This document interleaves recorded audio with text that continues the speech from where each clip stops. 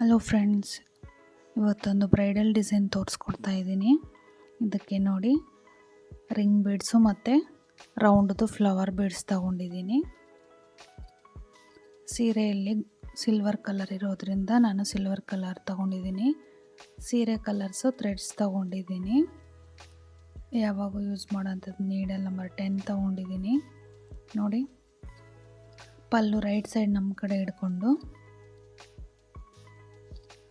Lock ಮಾಡ್ಕೊತಾ ಇದ್ದೀನಿ. 6 ಎಳೆ ಸುತ್ಕೊಂಡಿದ್ದೀನಿ. 6 ಎಳೆ ಆದರೂ ತಗೊಳ್ಳಿ, ಇಲ್ಲಾಂದರೆ 7 ಎಳೆ ಆದರೂ ತಗೊಳ್ಳಿ, 8 ಎಳೆ ಆದರೂ ತಗೊಳ್ಳಿ.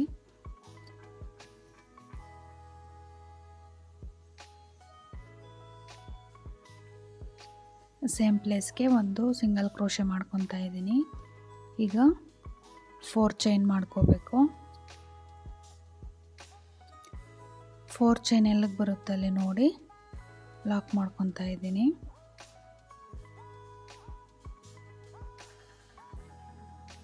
ಮತ್ತು ಇವಾಗ 3 ಚೈನ್ ಮಾಡ್ಕೋಬೇಕು.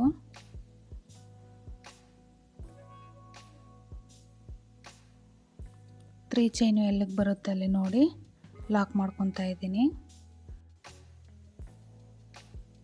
ಲಾಕ್ ಮಾಡಿದ್ದಾದಮೇಲೆ ಬೀಡ್ಸ್ನ ಆ್ಯಡ್ ಮಾಡ್ಕೊತೀನಿ. ಈಗ ರಿಂಗ್ ಬೀಡು ಮತ್ತು ರೌಂಡ್ ಬೀಡ್ ತಗೋಬೇಕು.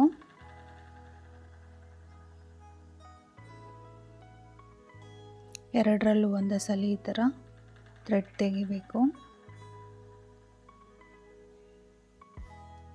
ಮತ್ತು ಇವಾಗ ಬೀಡ್ಸ್ನ ಲಾಕ್ ಮಾಡ್ಕೊತಾ ಇದ್ದೀನಿ. ಲಾಕ್ ಆದಮೇಲೆ ಬೀಡ್ಸ್ ಎಲ್ಲಿಗೆ ಬರುತ್ತೆ ಅಲ್ಲಿ ನೋಡಿ ಲಾಕ್ ಮಾಡ್ಕೋಬೇಕು.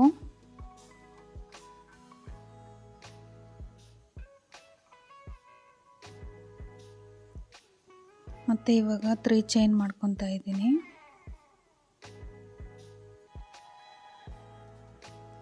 3 ಚೈನ್ ಎಲ್ಲಿಗೆ ಬರುತ್ತೆ ಅಲ್ಲಿ ನೋಡಿ ಲಾಕ್ ಮಾಡ್ಕೋಬೇಕು. ಮತ್ತು ಇವಾಗ 4 ಚೈನ್ ಮಾಡ್ಕೋಬೇಕು. 4 ಚೈನ್ ಎಲ್ಲಿಗೆ ಬರುತ್ತೆ ಅಲ್ಲಿ ನೋಡಿ ಲಾಕ್ ಮಾಡ್ಕೊತಾ ಇದ್ದೀನಿ.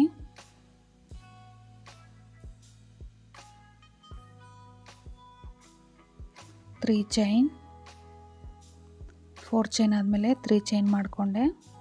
3 ಚೈನ್ ಎಲ್ಲಿಗೆ ಬರುತ್ತೆ ಅಲ್ಲಿ ನೋಡಿ ಲಾಕ್ ಮಾಡ್ಕೊತಾ ಇದ್ದೀನಿ. ಮತ್ತು ಇವಾಗ ಬೀಡ್ಸ್ನ ಆ್ಯಡ್ ಮಾಡ್ಕೋಬೇಕು.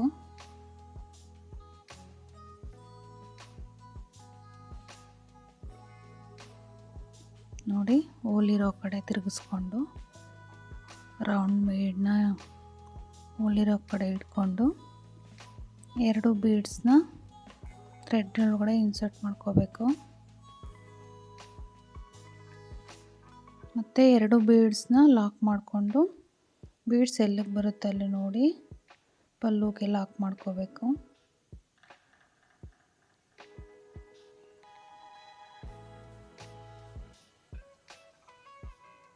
ಮತ್ತು ಇವಾಗ 3 chain, single crochet, 4 chain, single crochet,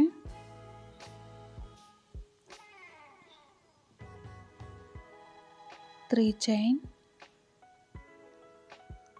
single crochet. ನೋಡಿ, ಇದೇ ಥರ ಕೊನೆವರೆಗೂ ಮಾಡ್ಕೊಂಡು ಹೋಗಿ ಕೊನೆಯಲ್ಲಿ ತೋರಿಸ್ತೀನಿ. ನೋಡಿ, ಕೊನೆಯಲ್ಲಿ ನನಗೆ ಅಡ್ಜಸ್ಟ್ ಮಾಡಿ ಮಾಡೋಕ್ಕಾಗಿಲ್ಲ. ಆರ್ಚಲ್ಲಿ ಎಂಡ್ ಆಗೋ ಥರ ಮಾಡ್ಕೊಂಡಿದ್ದೀನಿ.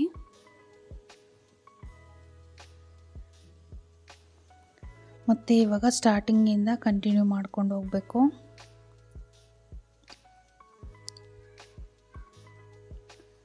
ಪಲ್ಲು ಎಂಡಲ್ಲಿ ನಾನು ಅಡ್ಜಸ್ಟ್ ಮಾಡಿ ಮಾಡ್ಕೊತಾ ಇದ್ದೆ. ಎಲ್ಲದಕ್ಕೂ ಅಡ್ಜಸ್ಟ್ ಮಾಡಿ ಮಾಡ್ಕೊಳಕ್ಕಾಗಲ್ಲ. ಆರ್ಚ್ ಬರೋ ಥರ ಆದರೂ ಮಾಡ್ಕೋಬೇಕು. ನೋಡಿ, ಸ್ಟಾರ್ಟಿಂಗಲ್ಲಿ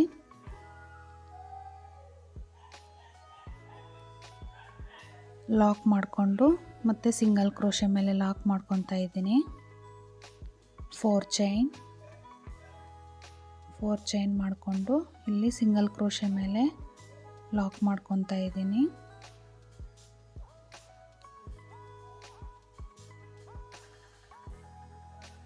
ಲಾಕ್ ಆದಮೇಲೆ ಇಲ್ಲಿಂದ ರಿಂಗ್ ಬೀಡು ಒಳಗಡೆ ಡಬಲ್ ಕ್ರೋಶ ಕಂಬ ಮಾಡಿಕೊಂಡು ಪೀಕೋ ಸ್ಟಿಚ್ ಮಾಡ್ಕೋಬೇಕು. ಥ್ರೆಡ್ನ ಈ ಥರ ಎಳ್ಕೊಂಡು ಡಬಲ್ ಕ್ರೋಶ ಕಂಬ ಮಾಡ್ಕೋಬೇಕು.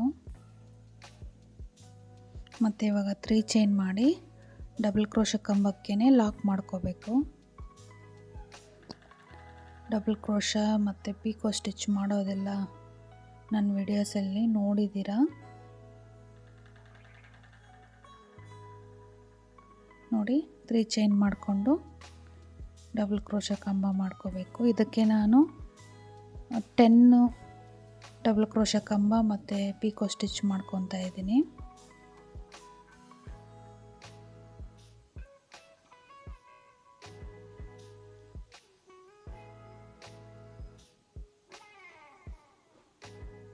ನಾನು ಮಾಡೋ ವಿಡಿಯೋಸ್ ನಿಮ್ಗೆ ಇಷ್ಟ ಆಗಿದ್ದರೆ ಲೈಕ್ ಮಾಡಿ, ಸಬ್ಸ್ಕ್ರೈಬ್ ಆಗಿ ಮತ್ತು ಶೇರ್ ಮಾಡಿ.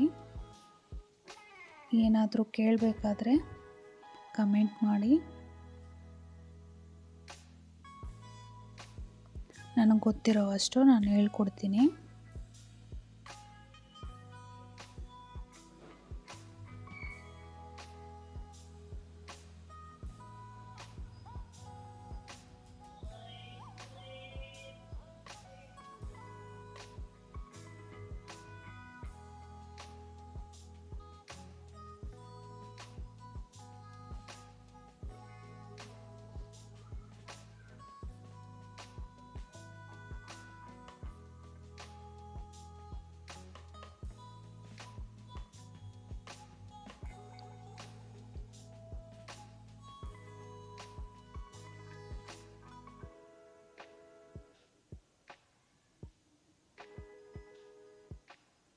ಈ ಥರ ಪೀಕೋ ಸ್ಟಿಚ್ ಮಾಡೋವಾಗ ರಿಂಗ್ಗೆ ಆಗಲಿ ಇಲ್ಲ ಚೈನ್ಗೆ ಆಗಲಿ ಬರೀ 9 ಮತ್ತು ಇಲ್ಲಾಂದರೆ 10 ಬರುತ್ತೆ ಅಷ್ಟೇ, ಜಾಸ್ತಿ ಬರಲ್ಲ. ನಾವು ಚೈನ್ನ ಸ್ವಲ್ಪ ದೊಡ್ಡದಾಗಿ ಮಾಡ್ಕೊಂಡಿದ್ರೆ ಆವಾಗ 15, 16 ಆ ಥರ ಹಾಕ್ಕೋಬೋದು.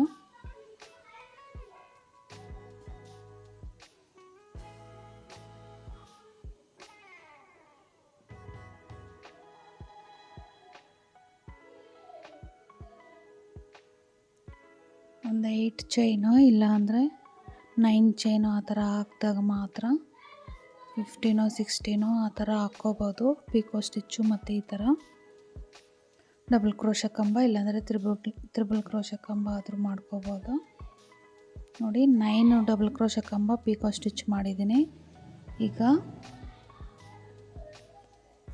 ಲಾಸ್ಟ್ 1 ಪೀಕೋ ಸ್ಟಿಚ್ ಮಾಡ್ಕೊತಾ ಇದ್ದೀನಿ ಡಬಲ್ ಕ್ರೋಶ ಕಂಬ ಹಾಕಿ.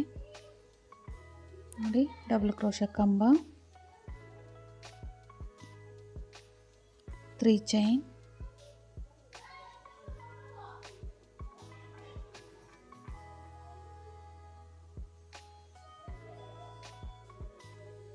ನೋಡಿ ಈ ಥರ ಬರುತ್ತೆ.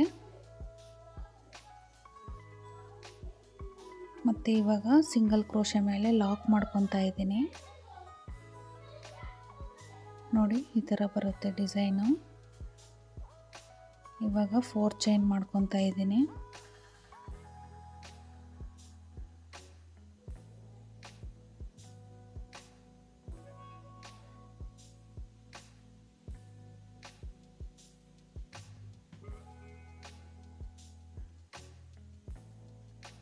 ಮತ್ತು ಇವಾಗ ಇಲ್ಲಿಂದ ಡಬಲ್ ಕ್ರೋಶ ಕಂಬ ಪೀಕೋ ಸ್ಟಿಚ್ ಮಾಡ್ಕೊಂಡು ಹೋಗಬೇಕು.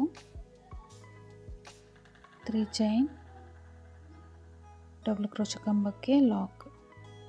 ಮತ್ತು ಇವಾಗ ಡಬಲ್ ಕ್ರೋಶ ಕಂಬ,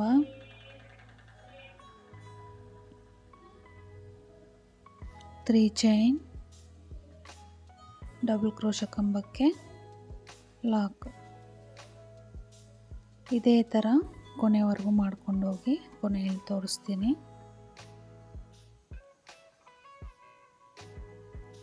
ನೋಡಿ ಕೊನೆಯಲ್ಲಿ ಆರ್ಚ್ ಬರೋ ಥರ ಮಾಡ್ಕೊಂಡಿದ್ದೀನಿ ಅಂತ ಹೇಳಿದ್ನಲ್ಲ, ನೋಡಿ ಈ ಥರ ಬರುತ್ತೆ. ಇದಕ್ಕೆಲ್ಲ ಕುಚ್ಚು ಕಟ್ಟಿ ತೋರಿಸ್ತೀನಿ ಈಗ. ನೋಡಿ ಕುಚ್ಚು ಕಟ್ಟಿದ್ದೀನಿ. ಒಂದು ಸೈಡ್ ಎಕ್ಸ್ಟ್ರಾ ಥ್ರೆಡ್ಸ್ನ ಕುಚ್ಚು ಜೊತೆ ಕಟ್ಕೊಂಡಿದ್ದೀನಿ.